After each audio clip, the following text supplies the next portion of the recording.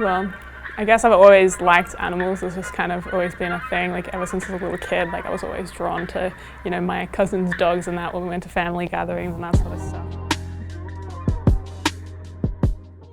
In particular, my cousin's dog, her name was Pippa. She was all my heart. I love her so much. And she kind of honestly, I think kind of spiked that out of me. I've always been interested.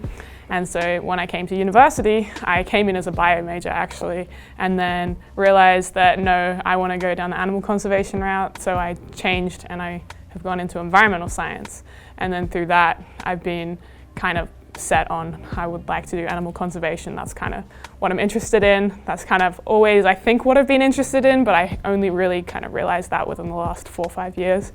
And then from that, TCU has exposed me to a bunch of different people, in particular Dr. Slattery in the environmental science department, who is South African, and so he has roots with South Africa and rhino conservation there.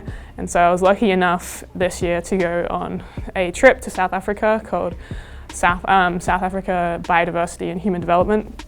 And basically it was primarily focused around the rhino crisis. We were exposed to people are hunting rhino, they want their horn, but why do they want their horn? They want it because, maybe they don't have a lot of money, so they're trying to get money for their family, and this is an avenue. Criminal organizations want it because it's expensive, it's worth more than gold, platinum, cocaine, that sort of stuff, so it's a big cash money thing on the black market. And it was just really sad to see not only just, I think inherently animals have a right to be able to live and that sort of stuff, but just to see the sheer brutality behind it was so sad. It's more than just habitat loss. Yes, that absolutely plays a massive part, not only in rhino conservation, but in all animals are basically struggling because of deforestation and human population growth. But I think the brutality of the rhino really just touched me in a way that,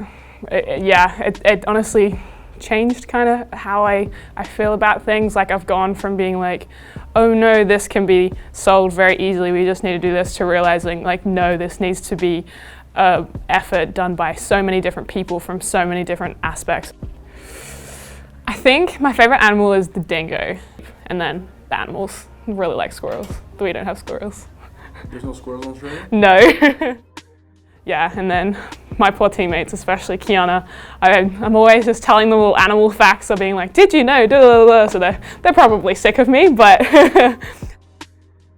but just in general for conservation, I think people would need to understand that their money says a lot, what you buy, what you support with when you're buying. So if you're supporting companies that don't have sustainable practices and they might get, say oils from places where deforestation is occurring or unsustainable farming is occurring, and there's a lot of environmental impacts, that's if you don't buy brands that do that, that's sending a message.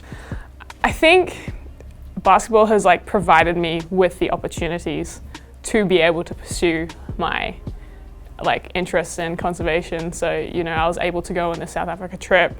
I was able to meet people like Dr. Slattery and other people in the environmental science department. I was kind of exposed to that from the fact that I had a scholarship here.